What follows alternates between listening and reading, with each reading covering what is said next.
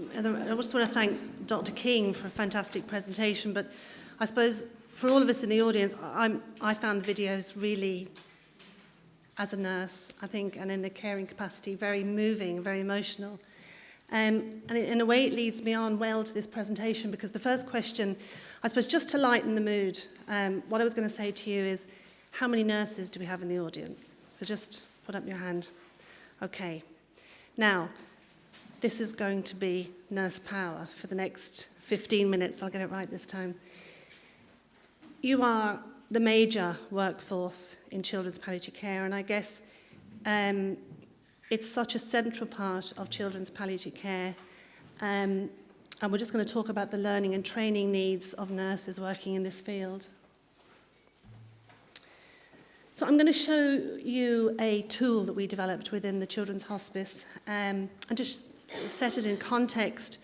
Again, just talk about the background and the design of the tool, and just tell you what our plans are for the next few steps.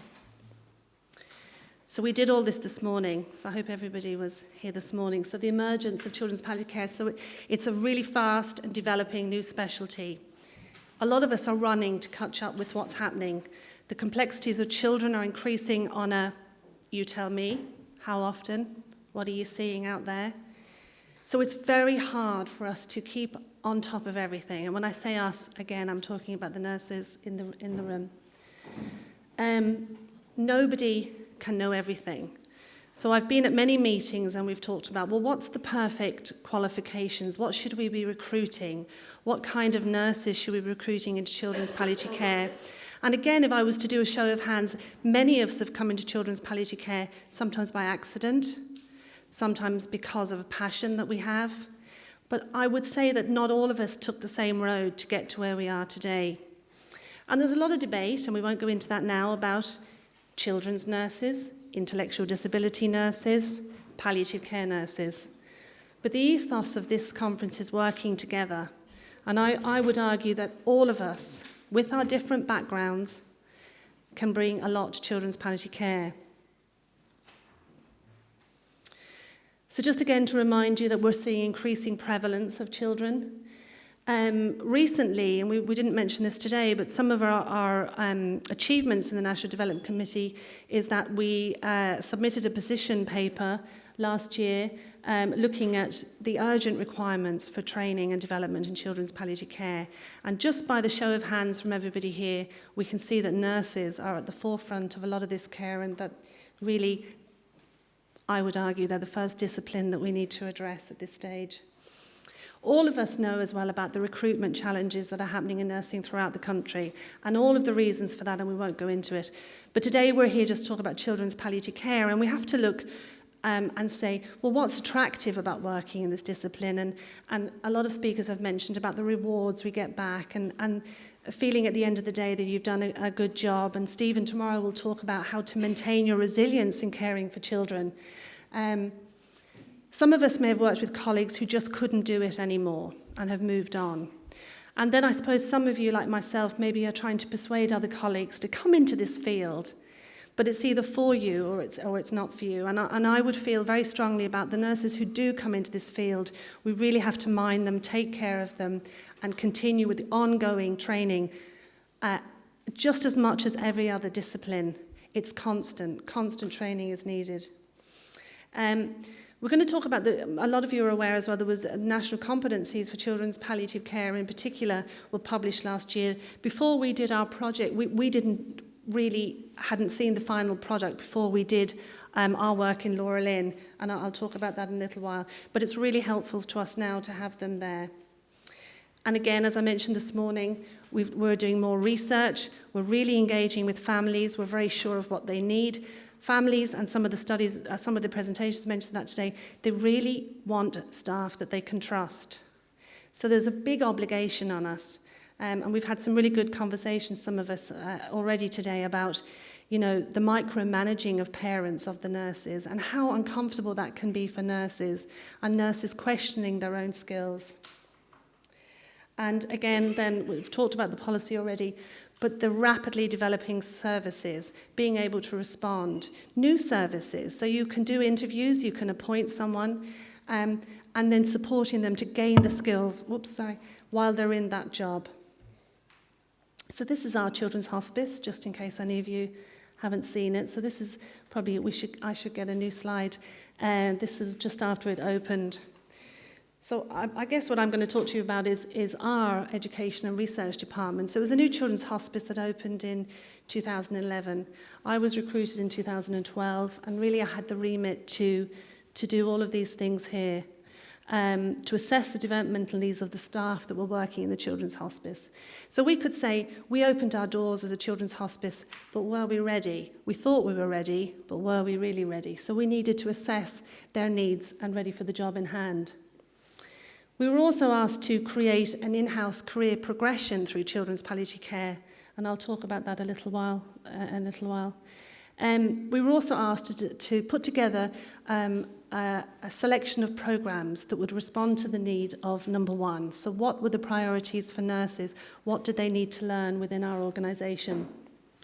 We were also asked to build links to third level, build links to our partners in the Centre of Nurse Education in Crumlin, and to those around the country that were providing children's palliative care in an uncoordinated way, but all of us trying to do the right job, really.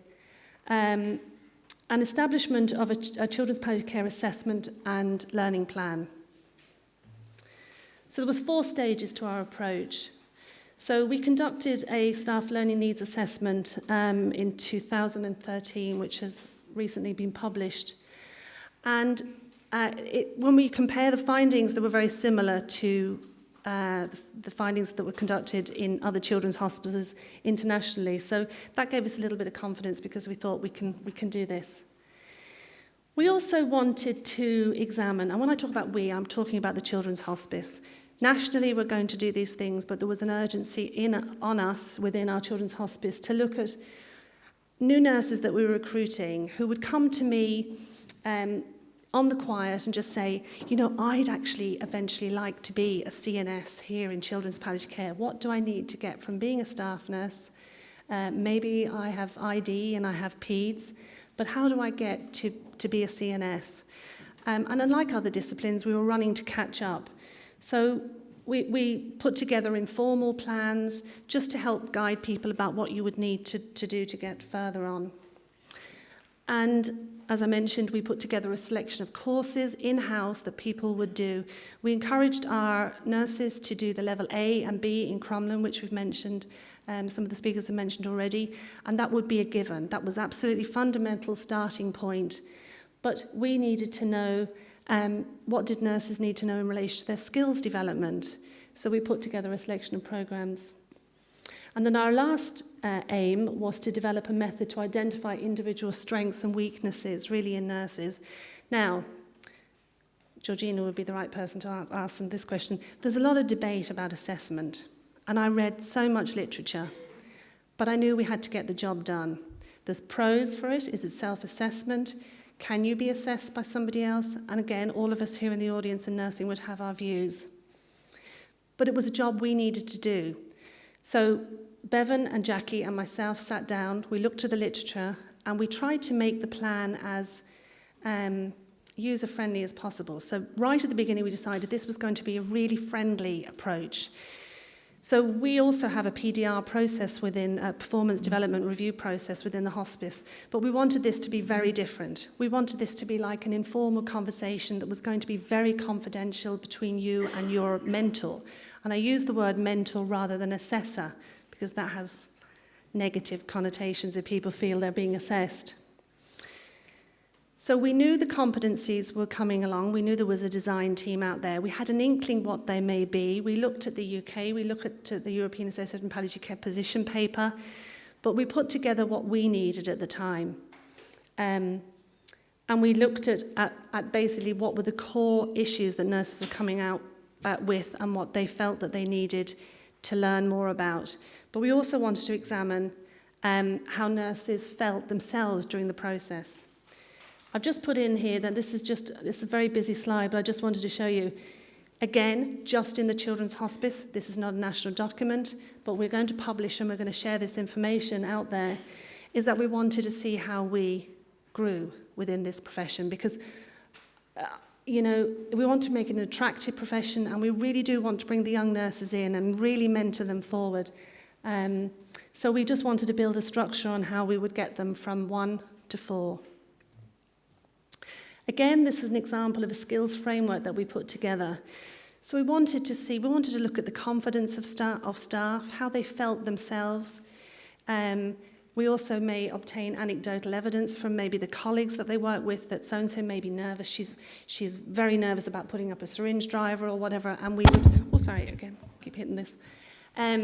So that's just to show you the framework that we basically put together that would help format what we wanted to do. A definition of competence. I'm sure you're all very aware of this, really, but just the ability to use knowledge, skills, and attitudes in work to meet the standards expected in employment. So why I put this up was really,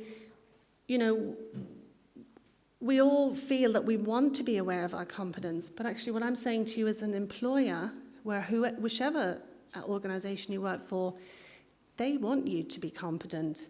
So it's expected of you. So self-disclosure is very important.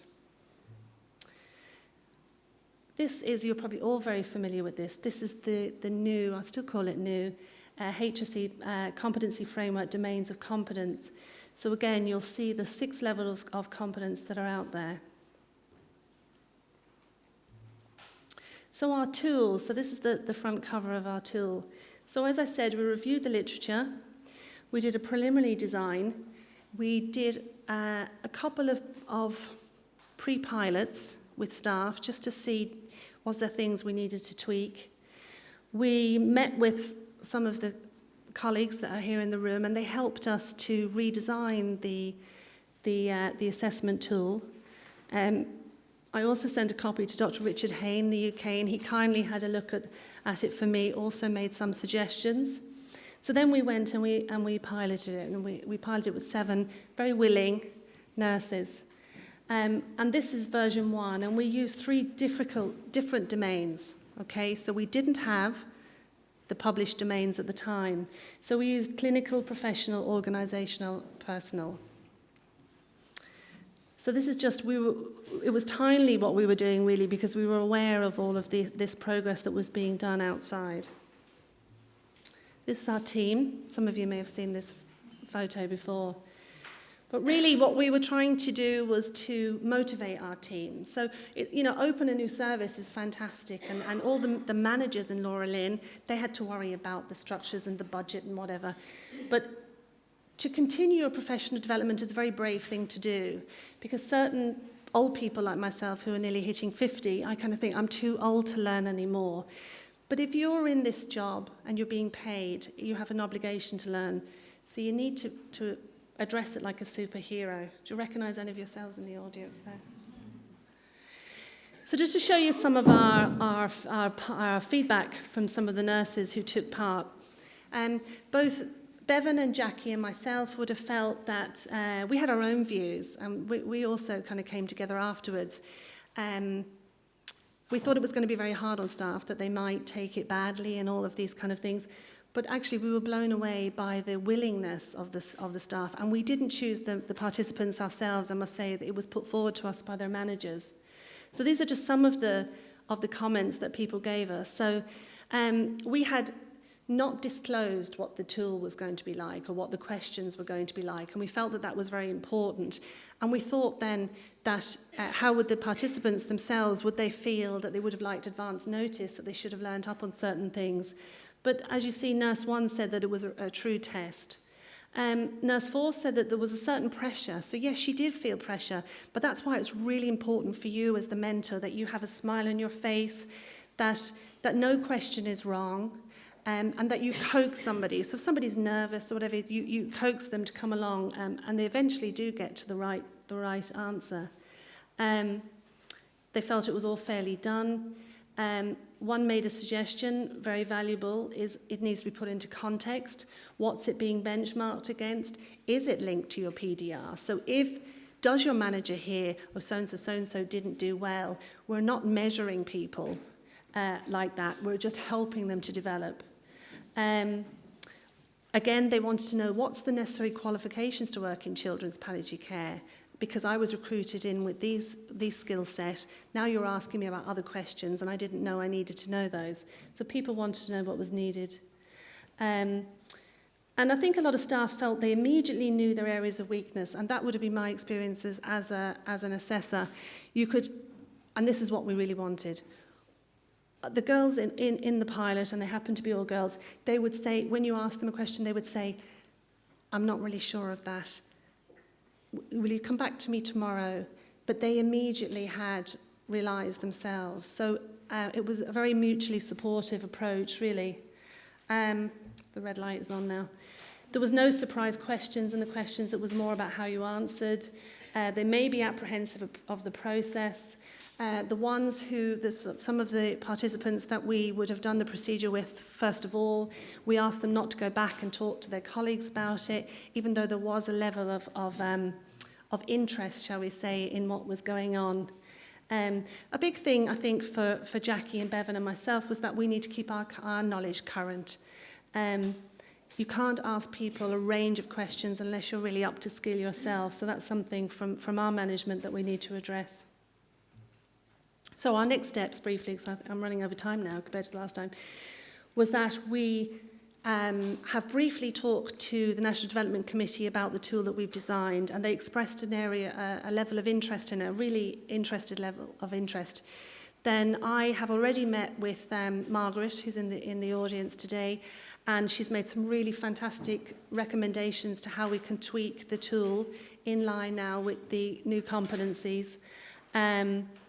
And we are going to go back then to the National Development Committee to see can we tweak it and is there interest nationally for us to use something like this. We want to publish the tool from Laura Lynn. There is nothing of anything like this out there internationally, so it's really important that we share this information with new developing services across the world. And we want to continue to lobby and on behalf of education and future and learning for future generations of children's palliative care nurses. And, you know, so many presentations have been very moving, but we know, again, nursing is the major workforce. We want to go into houses, we want to go into hospitals, we want to go into hospices ready to do the job that we need. I think it's actually a positive thing that we know that the parents are watching us and Granny is watching us. We need to keep our skills current, so we're never finished in nursing. And education isn't how much you have committed to memory or even how much you know. It's about being able to differentiate between what you do know and what you don't know. And it's knowing where to go, where to find out what you need to know and how to use the information you get.